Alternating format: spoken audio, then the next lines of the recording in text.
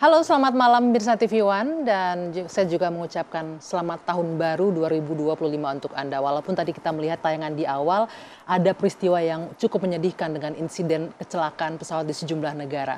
Tapi kita berharap sama-sama tahun ini menjadi tahun yang mengawali semua hal-hal baik untuk Anda dan keluarga.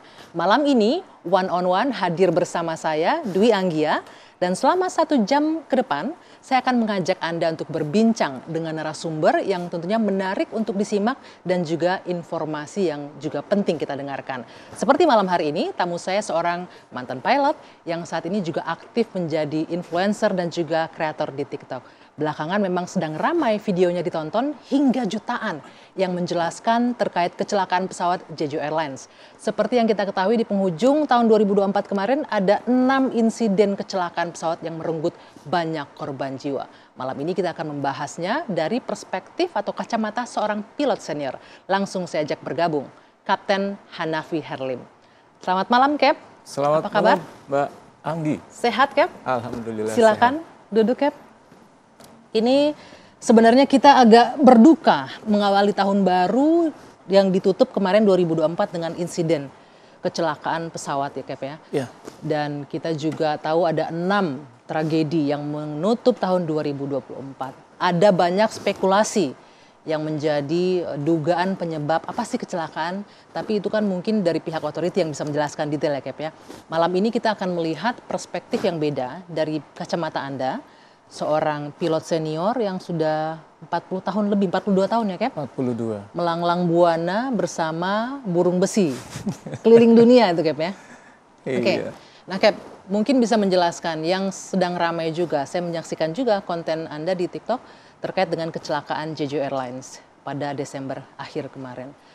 Kalau disebutkan di beberapa media internasional itu yang menjadi penyebabnya adalah bird strike, katanya serangan dari burung. Kalau Anda melihatnya hal ini apa kira-kira faktor penyebab tanpa kita berspekulasi yang liar ya, Cap ya, dari kacamata Anda? Baik, terima kasih atas undangan kehormatan yang diberikan kepada saya. Sebelum kita mulai, saya mau mengucapkan bela sungkawa yang setinggi-tingginya kepada keluarga korban karena mereka berharap bisa bertahun baru di negerinya. Ternyata malah tragedi yang mereka hadapi. Jadi perspektif dari kami, dari para pilot, sebelumnya banyak orang yang mengira bahwa burunglah penyebab terjadinya gagal mendarat atau gagalnya keluar roda. Sebenarnya memang awalnya diakibatkan karena burung tadi. Tapi bukan semata-mata burung itu menjadi penyebab kegagalan sebuah pendaratan, terutama pada saat si roda pendaratnya itu sendiri. Bukannya gagal keluar karena burung, bukan. Burung itu, bukan. Burung itu menyebabkan mesin menjadi mati, karena burung itu tersedot di dalam penampang mesin. Itu mesin yang kita bicarakan, mesin yang ada di kiri kanan saya. Betul sekali. Dan pernah kita lihat juga di video, ada seseorang. Orang itu kan besar dan berat ya, 70 kg ada. Itu kesedot masuk ke dalam mesin dan innalillahi. Kita tahu lah artinya apa. Kesedot ke dalam, apalagi hanya seekor burung. Tapi yang burung kecil, itu ringan, bisa langsung sedot, tapi itu efeknya merusak. Iya, tapi burung itu bukannya kecil. Kira-kira burung itu bisa jadi sebesar burung dara. Di beberapa kota bahkan ada burung belibis. Kita tahu burung belibis itu kan tinggi, setinggi ini. Kira-kira sekitar 30 cm atau 40 cm burungnya. Dan besar itu burung. Dan potensi sekali bisa masuk ke dalam engine. Bahkan waktu saya di Paris, burung dara segitu banyaknya ada di waiting room. Bayangkan waiting room sebegini luasnya penuh dengan burung dara. Tapi tentu ini kan menjadi ancaman ya, Cap ya. Kalau setiap penerbangan di daerah atau wilayah. Itu kita katakan adalah threats. Threats, iya. Di setiap wilayah yang memiliki habitat burung yang cukup banyak. Tapi kalau bicara itu di Indonesia tidak ada. Atau kita juga punya wilayah yang penuh dengan ancaman burung? Ada di Indonesia? Ada. Di beberapa kota, di beberapa airport tetap ada. Tapi tidak sebanyak yang kita bayangkan yang dapat merusak mesin, masuk ke dalam mesin. Mungkin di beberapa kota di Indonesia ada, tapi sudah diantisipasi oleh pihak bandara. Contohnya dengan mengeluarkan suara sirine yang besar, yang memekakkan telinga barangkali, dan membuat burung menjadi takut. Akhirnya burung terbang.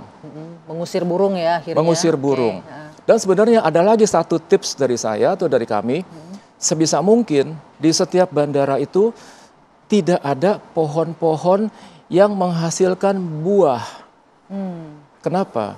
Bisa mengundang ya burung. Betul sekali. Apabila pohon itu berbuah, mengundang burung untuk datang. Selain dia bersarang di situ, dan juga bisa makan buah-buahan di situ juga. Ini potensi sekali. Dan bukan cuma itu saja. Threads yang berikutnya, setiap kali Lebaran atau sebelum atau sesudah Lebaran, di salah satu kota di Pulau Jawa ini, mereka menaikkan balon udara yang segitu besarnya, dan banyak, bukan cuma satu balon. Tapi padahal untuk itu sudah ada kayak larangan kan ya, Cap ya, sebenarnya di daerah sekitar wilayah bandara harusnya ada larangan untuk itu. Tapi ini bukan sekitar bandara, di luar kota, di sebuah desa, di sebuah kota, mereka mempunyai tradisi untuk melepas balon itu sering kali mengganggu penerbangan? Bukan mengganggu, mengerikan, menakutkan. Anda pernah melintas di wilayah itu? Oh, pernah sekali. Cuma kita nggak bisa lihat, karena balon itu kan terlihat dari jauh kecil. Sesungguhnya balon itu besar sekali. Tapi pada saat setelah dekat, baru kita tahu, oh ternyata balon.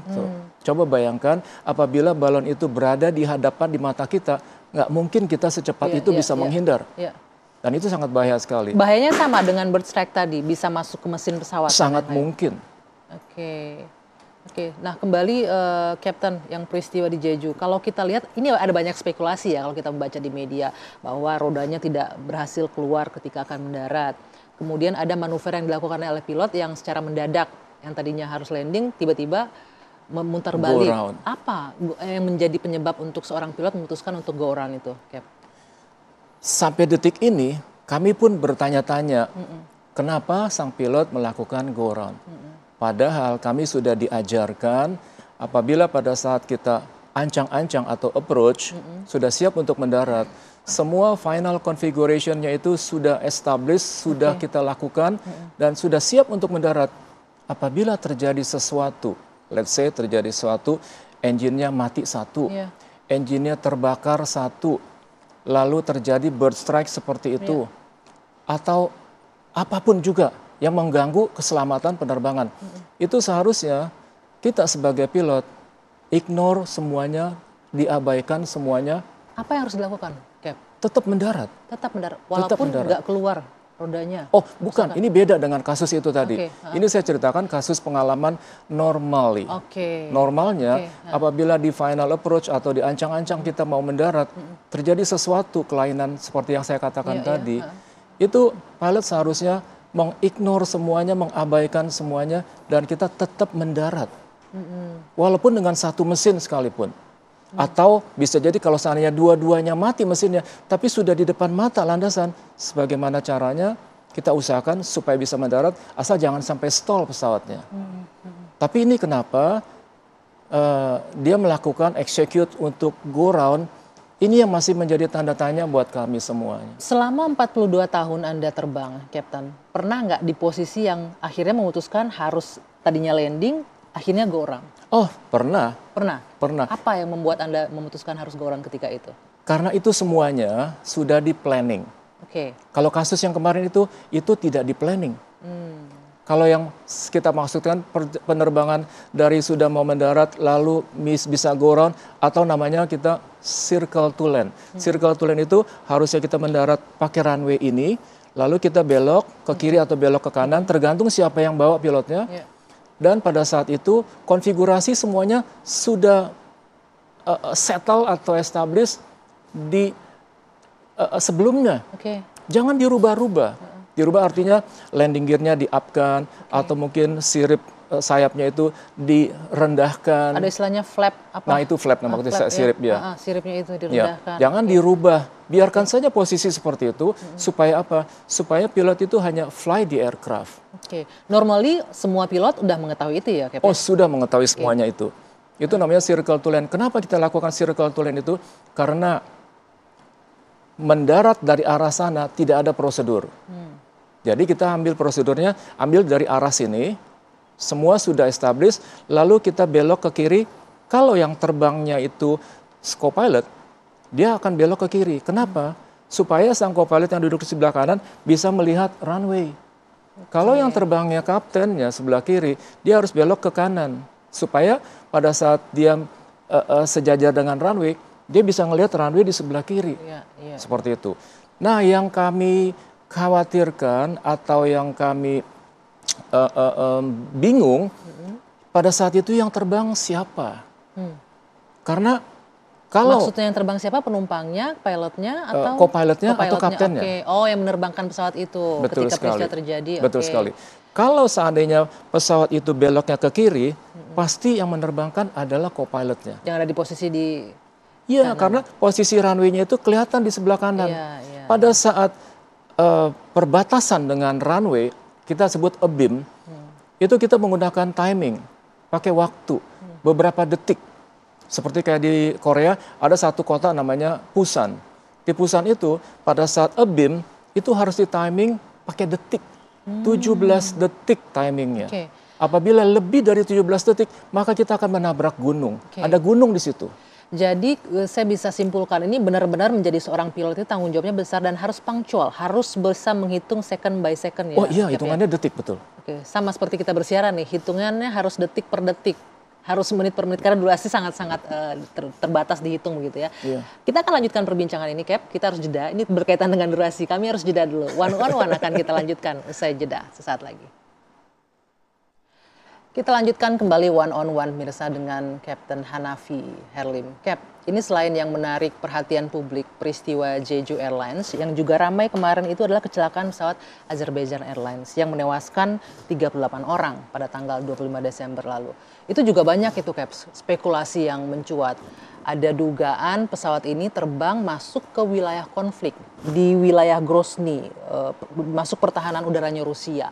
Pertanyaannya gini, Cap, ketika terbang, seorang pilot artinya kan sudah mengetahui ya rute mana yang akan ditempuh. Nah, untuk kasus seperti ini mungkin nggak terjadi, dia lost track, keluar jalur atau seperti apa? Bisa nggak seperti Kalau itu? masalah kemungkinan itu selalu ada. Kemungkinan yang terkecil sekalipun Bisa selalu ada. ada. Iya. Tapi kita tidak bisa menjudge bahwa ini karena itu karena begini. Bisa tidak juga kemungkinannya karena mungkin diserang, mungkin ya, kita nggak tahu ya spekulasi. Itu kemungkinan lagi kan? Iya, karena masuk wilayah zona pertahanannya Rusia di situ. Tapi bagi pilot, kita sudah dikasih tahu kalau daerah ini adalah daerah terlarang. Tidak boleh dilintasi. Sudah ada gambarnya, dikasih kotak seperti itu. Dan kalau seandainya kita menjurus ke arah itu, let's say 1 menit atau 2 menit lagi diperkirakan kita akan tembus ke daerah itu, maka kita akan dikasih tahu atau ditegur oleh menara. Iya, ada warning. Jangan lewat situ. Itu daerah terlarang. Anda harus minggir ke kiri atau ke kanan. Dan kita harus betul-betul sigap menurut perintah dan kita harus lakukan. Kalau kita coba-coba berani untuk menembus daerah terlarang tadi, bisa jadi kita dicegat sama fighter. Tapi kalau untuk kemungkinan si Azerbaijan Airlines ini udah memang masuk wilayah konflik, ada dugaan juga ya, bisa jadi karena serangan dari militer Rusia dan lain-lain itu ya. Mungkin spekulasi juga bisa sampai ke sana. Nah, berbicara soal wilayah konflik, Anda juga pasti selama 42 tahun punya pengalaman nggak sih? Terbang, membawa pesawat di wilayah-wilayah yang juga rawan konflik. Pernah waktu itu dari Jeddah menuju ke suatu tempat, saya lupa, dan dikasih tahu tidak boleh lewat situ karena itu adalah daerah terlarang. Tapi itu saya lupa ya. Tapi yang pasti kalau di Indonesia ada daerah tertentu di Indonesia ada seperti itu. Jadi kita tidak boleh lewat daerah situ. Oke, di mana itu, Cap, kalau boleh tahu? Dan itu ada larangannya kenapa? Emang karena konflik atau apa? Bukan, karena itu adalah base militer. Oke, daerah base militer. Nah, kalau untuk pengalaman Anda sendiri, saya kalau nggak salah tadi sempat lihat di bukunya, Kapten, pernah menerbangkan pesawat di wilayah konflik di daerah Afghanistan. Afghanistan. Bisa nggak diceritakan itu, Cap, pengalaman seperti apa dan kenapa Anda, kalau ditanya kenapa mau sih nerbangin pesawat ke daerah konflik, kan rawan ya, Cap ya? Iya. Yang membuat Anda mau apa? Sebenarnya bukan saya yang mau, tapi karena penugasan saat tapi itu. karena tugas. Iya. Tugas pesawat kami itu dicarter oleh Halliburton. Halliburton itu punya karyawan dari seluruh negara di dunia. Mereka berkumpul di Dubai. Dari negaranya masing-masing berangkat ke Dubai. Dari Dubai maka di over sampai ke Afghanistan, yaitu kota Kandahar, Bagram, dan Kabul. Itu tahun berapa, Cap, kalau masih ingat? 2006. Konflik masih Osama bin Laden. Masih lagi panas-panasnya juga. Lagi panas-panasnya. Ada perasaan khawatir nggak ketika ditugaskan ke daerah itu? Saya sama sekali tidak khawatir. Bukannya sombong, Karena saya percaya masalah takdir dan nyawa itu sudah Allah yang menentukan. Ya. Jadi kita juga tidak boleh takabur, tidak boleh arogan, bahwa kita tidak boleh mengatakan, gue nggak takut. Enggak. Saya pasrahkan, saya serahkan. Karena nasib sudah ditentukan, tapi kita nggak tahu di mana letaknya. Tapi ketika itu masuk ke wilayah konflik, menerbangkan pesawat, smooth saja berjalan, lancar, nggak ada gangguan, nggak ada kendala? Alhamdulillah lancar-lancar aja. Tapi pada saat saya pulang, atau pada saat saya berangkat pagi-pagi, itu selalu ada berita. Beritanya apa? Kita tidak bisa landing di Kandahar, karena apa? Kita suruh holding, saya tanya kenapa nggak boleh mendarat? Ada upacara. Upacara apa? Upacara serdadu ataupun tentara yang meninggal. Tentara Amerika yang meninggal di pertempuran mereka. Dan sampai dia selesai upacara ditutup, baru kita boleh mendarat. Dan yang membuat saya merasa yakin, karena pada saat sebelum kita mendarat, sebelum kita tinggal landas, itu helikopternya Amerika semuanya sudah menyisir lapangan. Sudah dipastikan itu aman ya. Radius sekian nautical mile sudah dimonitor oleh si helikopter tadi. Mereka berputar terus. Sampai sudah dia katakan lokasi aman, dia perintahkan ke towernya, oke, silakan pesawat yang mau mendarat, silakan mendarat. Yang mau tinggal landas, silakan take off. Itu juga menjadi satu untuk menenangkan ya ketika harus bertugas dengan kondisi yang sudah aman, jadi satu support untuk Anda sebagai pilot ketika itu. Dan lain halnya lagi kalau di Baghdad, di Irak. Juga pernah di Baghdad? Belum, tapi teman saya pada saat itu. Untuk mendarat di sana, istilah kami itu ngebor. Apa itu, Cap? Ngebor, berputar dari atas sampai rendah, ambil ancang-ancang baru landing. Karena kalau dari jauh, sudah mulai ambil ancang-ancang seperti itu, dikhawatirkan di rudal atau ditembak. Jadi target sasaran. Iya. Penembakan. Jadi sampai dulu di overhead di atas, baru berputar, ambil posisi untuk mendarat seperti itu. Itu di Irak, di Baghdad. Tapi kalau di Kandahar maupun di Bagram ataupun di Kabul, seperti saya katakan tadi, sebelum kita mendarat, sang helikopternya sudah dikasih tahu, ya bahwa ini ada suatu pesawat mau mendarat, tugasnya sudah ada. Itu berapa lama, Cap, Anda menerbangkan pesawat charter tadi itu di wilayah konflik itu? 3 bulan. 3 bulan. Selepas dari sana? Pulang Jakarta. Pulang ke Jakarta. Kontraknya selesai. Setelah itu tidak ada pengalaman lagi yang cukup menegangkan nggak? Menerbangkan pesawat? Ke Libya. Libya? Apa yang Anda lakukan di sana, Cap, di Libya? Di Libya bawa penumpang oil company. Jadi oil company-nya itu rata-rata adalah orang-orang Libya sendiri yang base-nya di Benghazi atau di Tripoli, bekerjanya di gurun. Setiap hari saya mengangkut penumpang dari Benghazi ke gurun, dari gurun ke Tripoli, dari Tripoli ke gurun, dari gurun ke Benghazi, begitu setiap hari. Nah, Cap, kalau berbicara pengalaman, tentunya semua orang pengen tugas sebagai pilot ini berjalan dengan baik, safe landing, safe flight segala macam. Tapi pernah nggak Anda mengalami selama 42 tahun lebih membawa pesawat itu pengalaman yang cukup menegangkan dalam hal entah apa itu kondisi teknis pesawat ketika take off ataupun landing yang cukup bikin deg-degan lah gitu, Cap? Saya punya cerita. Pada saat itu saya masih di Merpati, terbang pesawat kecil Twin Otter. Twin Otter itu pesawat baling-baling 2, penumpang 19. Pada saat landing di Pulau Rote. Saya pernah ngerasain itu, Cap, itu turbulensinya berasa banget tuh ya. Kalau landing goncangannya bikin deg-degan. Berasa sekali, apalagi di atas perbukitan siang hari, di atas gunung. Itu berasa sekali. Jadi pada saat mau mendarat, kebetulan yang terbang adalah co-pilot saya.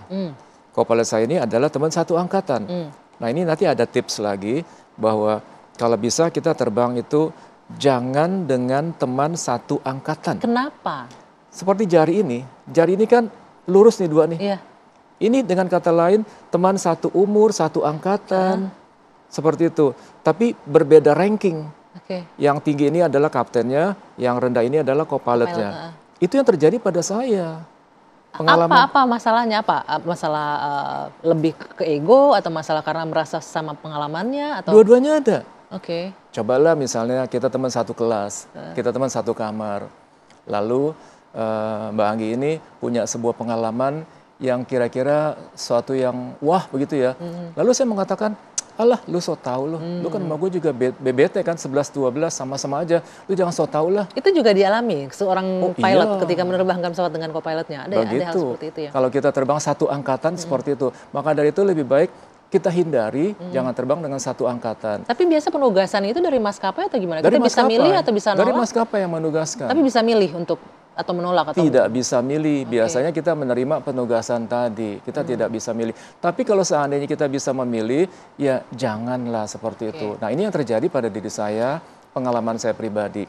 Pada saat mendarat di Rote, Rote itu adalah landasan kecil dan tidak ada garisnya, tidak ada markingnya, lampunya, apalagi nggak ada semuanya. Jadi yang mendaratkannya pakai feeling aja dong, kayak lihat ini kira-kira benar begitu? Iya, dan itu bukan satu airport, masih ada lagi 2 airport lagi yang seperti itu. Di Indonesia, di daerah situ juga? Di timur, di NTT, Nusa Tenggara Timur pada saat itu. Jadi saya kasih tahu lagi bahwa Rote itu adalah pulau paling selatan di Indonesia, yang mana katakanlah dekat dengan Australia ya. Jadi Pulau Rote. Pada saat landing di situ, dari kejauhan sekitar 500 atau mungkin bahkan 1000 feet, saya udah lihat ada segerombolan kambing. Heran kan, kok di airport ada kambing? Di airport, nggak ada pagarnya berarti ya ketika itu? Nggak ada itu pagarnya. Itu challenge tersendiri banyak kayaknya. Banyak kambing. Tantangan tersendiri nggak sih mendaratkan pesawat dengan kondisi itu? Betul. Saya udah bilang sama dia, kita go round aja ya. Banyak kambing di situ. Nggak apa-apa. Bisa kita terusin. Bilang gitu. Pas sudah mendekat, kambingnya masih banyak. Masih beriringan, ada 12 sampai 15 ekor. Nggak ada orang juga yang menggembala itu kambing di situ. Jadi dilepas pada saat aja. itu nggak ada. Lalu saya bilang, ya go round aja. Nggak apa-apa. Akhirnya tetap di landing juga, kambingnya masih ada. Dan pesawat itu nyerempet sudah mulai keluar runway. Dan di pinggir runway-nya itu ada got. Tapi nggak masuk ke got itu kan? Nggak sampai. Kalau masuk got ya mungkin... Kambingnya nggak ketabrak juga kan? Cap? Nggak, minggir. Itu tadi karena ragu dan takut, saya katakan tadi, kita go round aja. Harusnya dengan kondisi itu yang memutuskan siapa? Captain bisa langsung memutuskan dan co-pilot harusnya ngikut ya? Harus ngikut. Dan itu dalam tadi. kondisi itu nggak ngikut sih. Nah itu tadi saya katakan. Ego antara dua teman seangkatan tadi yang Anda sampaikan ya? Iya, jadi pada saat... sudah mendarat dan sudah minggir-minggir mau keluar landasan, di situ saya baru ambil alih. Saya ambil alih, go round, take off lagi. Dan pada saat take off, meluncur, di depan saya itu ada bukit. Dan nyaris saya nabrak bukit pada saat itu. Itu yang menegangkan. Pengalaman menegangkan. Nah, dan masih lagi, di Rote lagi nih. Masih di Rote. Ada teman saya, pesawatnya rusak. Terpaksa dia harus bermalam di situ. Tapi karena pada saat itu kondisinya masih minim sekali, hotel juga mungkin nggak ada ya. Waktu itu sekitar tahun 85 atau 86. Terpaksa pihak perusahaan memerintahkan kami untuk menjemput teman saya yang ini. ada di situ. Iya. Dan pada saat landing di sana sudah malam. Penerangan nggak ada marking juga nggak ada di situ. Ada. Jadi apa yang bisa bayangkan kan, gelap kan? Terus bagaimana saya bisa mendarat? Mereka punya inisiatif.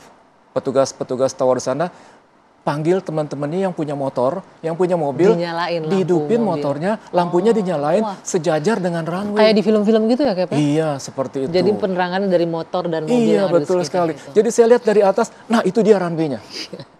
Kita landing di tengah-tengahnya. Kebayang kalau salah. Ternyata ini motor, dikirain mobil ya, ternyata itu motor. Nggak kelihatan jalurnya misalnya gitu. Ya, pokoknya yang jelas di tengahnya pasti aman. Oke. Landinglah di tengahnya.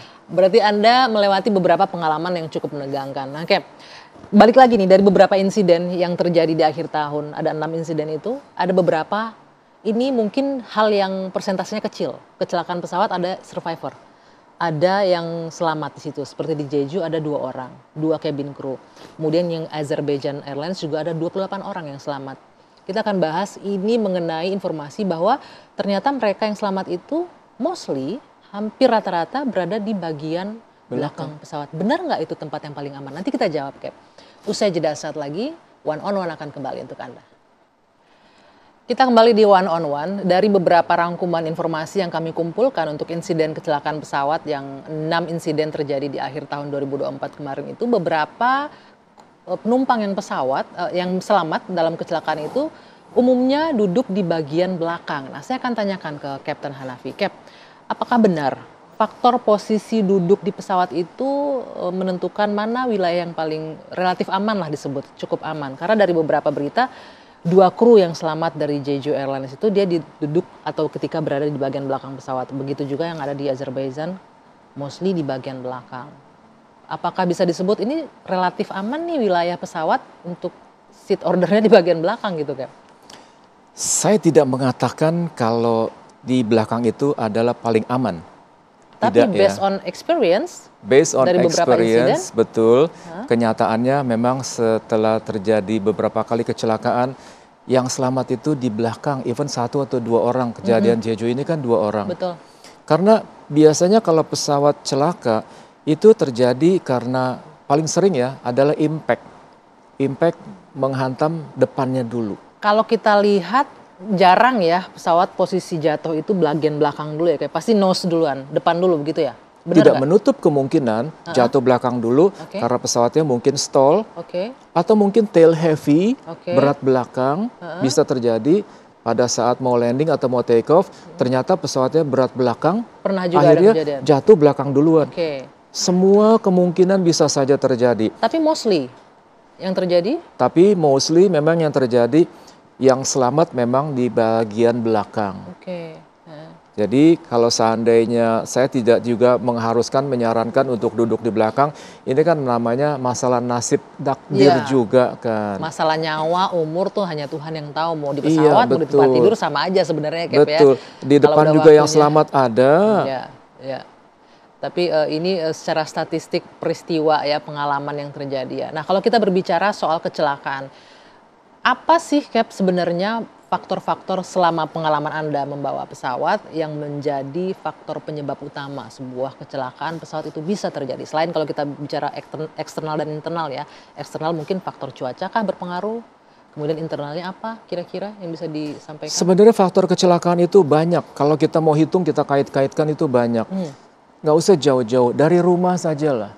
Dari rumah apabila kita konflik dengan keluarga, entah itu dengan istri atau anak atau dengan tetangga sekalipun, itu sudah merupakan satu poin buat sang pilot. Artinya si pilot ketika akan tugas terbang nggak boleh punya masalah. Betul, Baik setuju itu dengan sekali. istri, anak, tetangga pun juga bahkan itu nggak boleh punya masalah seperti itu. Betul, setuju Sebesar sekali. apa pengaruh psikologis, kondisi psikologis itu terhadap seorang pilot, Cap? Dalam split of second, dalam suatu kejadian, kadang-kadang suka terbersit, suka ingat sesuatu akan hal itu tadi. Dan itu mengganggu konsentrasi kita. Misalnya kita lagi konsentrasi untuk suatu case, tiba-tiba kita ingat kasus itu satu. Akhirnya kan mengganggu konsentrasi kita. Nah itu satu, masalah kejiwaan ya. Yang kedua, pada saat kita berangkat dari rumah, ternyata macet total, itu kita udah stres. Itu juga berpengaruh. Stres, pengaruh. Oke. Dalam perjalanan menuju ke airport, wah terlambat ini. Nggak bisa on time. Yang ketiga, sampai di operation, di airport, dikatakan sama petugasnya, Kapten pesawatnya sedang rusak. Jadi sedang diperbaiki. Kemungkinan akan terlambat. Mudah-mudahan ada spare part. Itu sudah 3.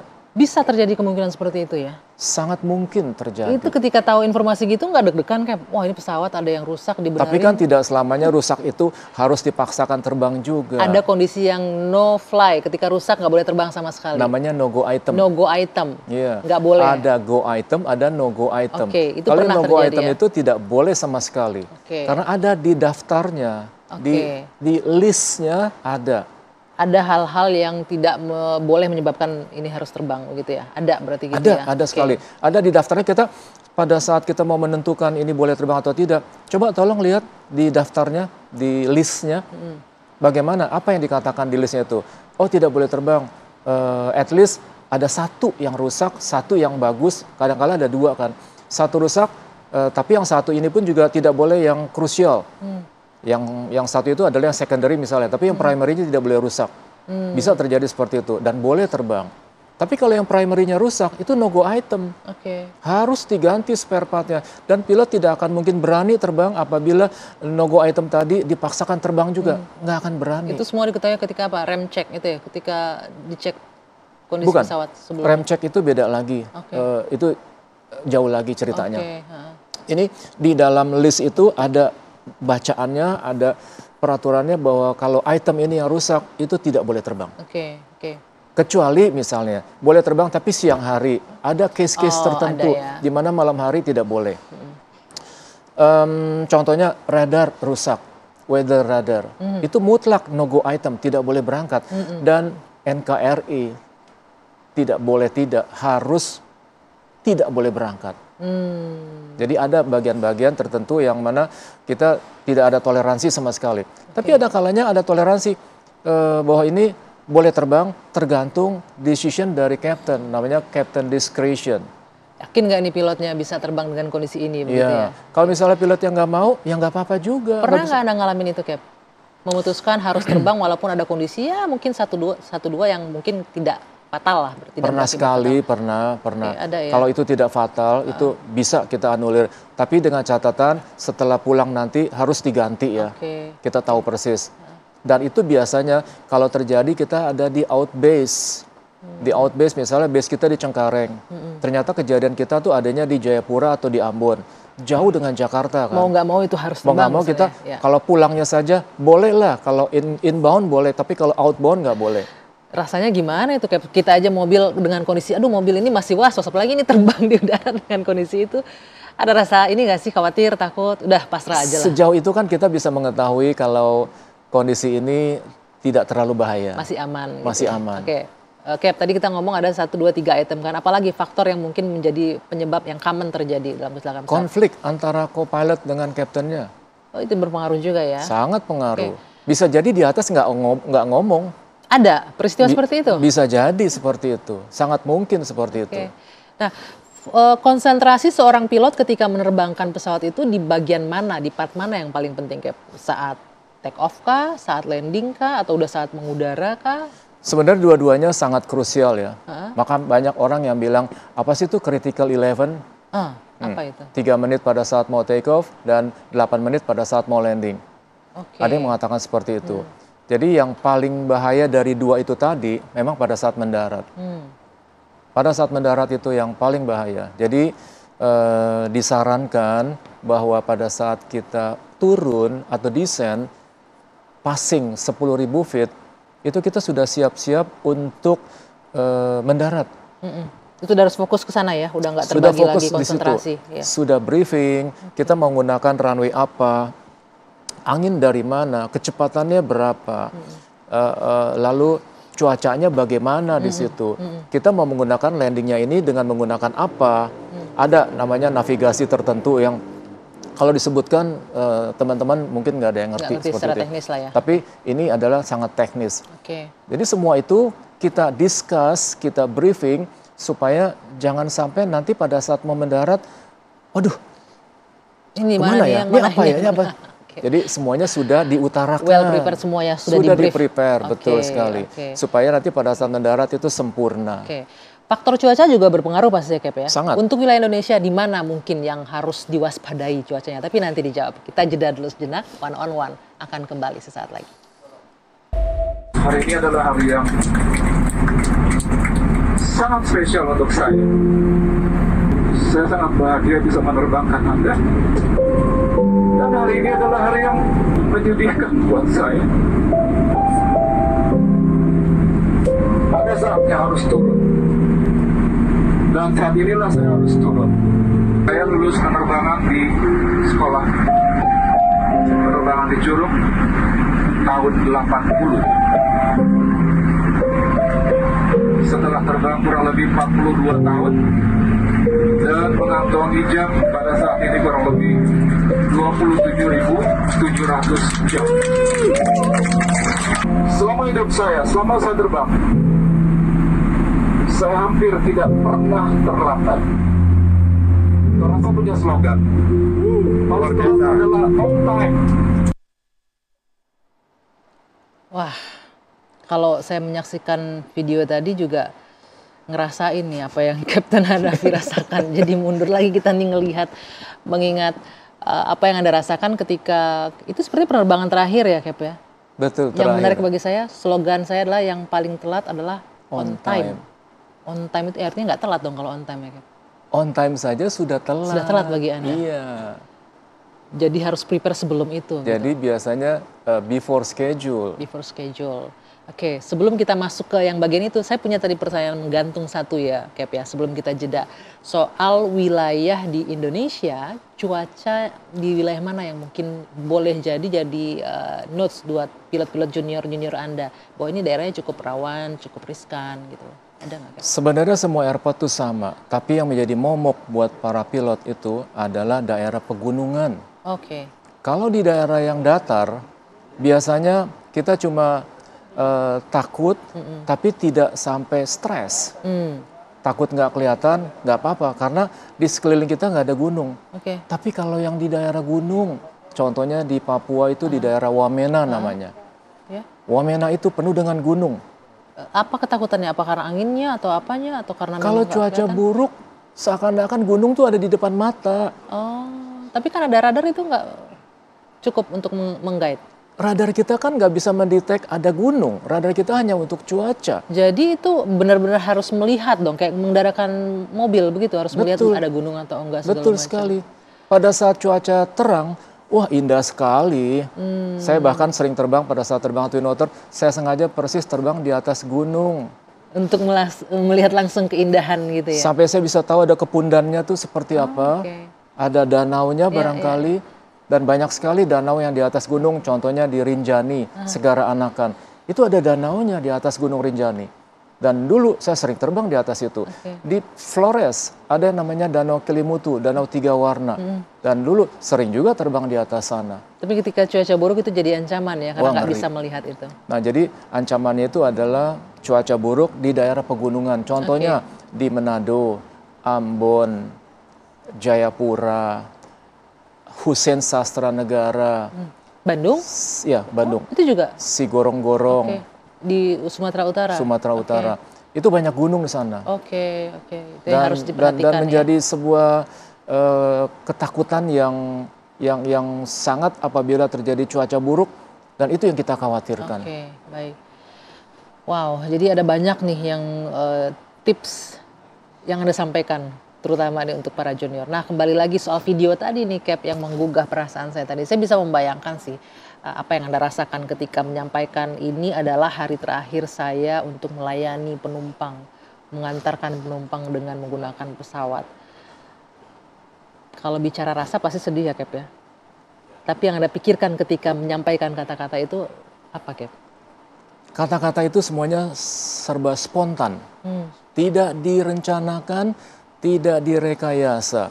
Dan tujuan saya untuk memvideokan itu adalah untuk mengabadikan hari-hari terakhir saya pada saat tugas.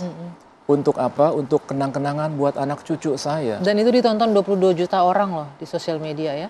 Sampai 20 juta ya? Ya seperti itulah.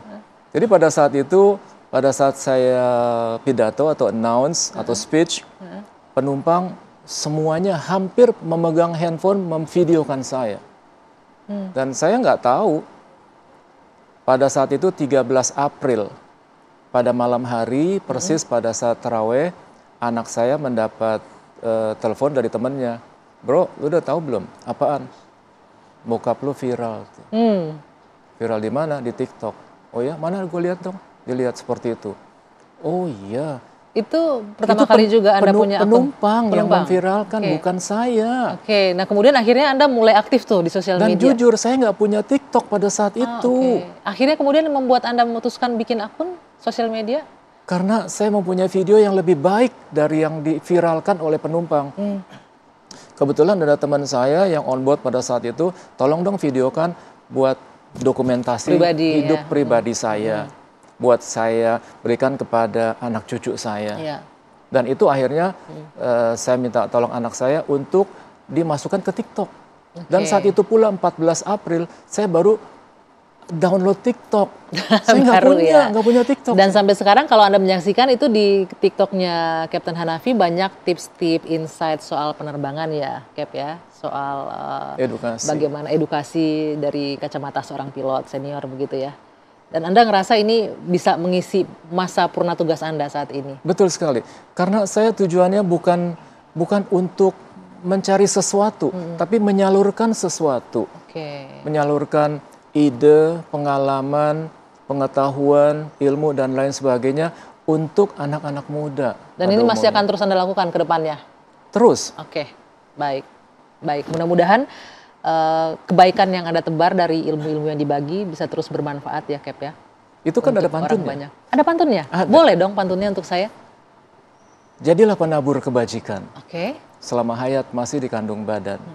Berilah ilmu kepada mereka yang membutuhkan. Niscaya mati pun tak meninggalkan penyesalan. Luar biasa. Mudah-mudahan apa yang Anda sampaikan masih terus bisa memberikan manfaat bagi setiap orang yang menyaksikan informasi atau konten dari Kapten. Dan juga ini saya lihat ini ada satu buku ya, Cap ya. Seorang pilot juga nulis buku nih. Ya, itu iseng-iseng. Iseng-iseng. Last Flight Pilot, Kapten Hanafi Herlim. Oke, terima kasih sekali, Kapten, atas waktunya.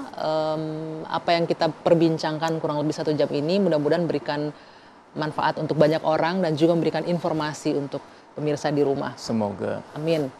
Dan kita tahu pesawat secara statistik masih disebutkan sebagai transportasi yang paling aman ya, Cap. Despite of di tengah-tengah banyaknya insiden, tapi pesawat tetap menjadi moda transportasi yang teraman untuk digunakan gitu ya. Jadi jangan takut terbang. Jangan takut terbang. Tetaplah menggunakan moda transportasi pesawat ya, Cap ya. Betul sekali. Jangan sampai insiden-insiden ini membuat Anda takut terbang, itu poinnya. Baik, terima kasih sekali Kapten Hanafi untuk waktunya. Demikian pemirsa perbincangan saya di One on One dengan Kapten Senior yang sudah purna tugas, Kapten Hanafi Herlim. Dan kita akan jumpa lagi di One on One pekan depan. Sampai jumpa.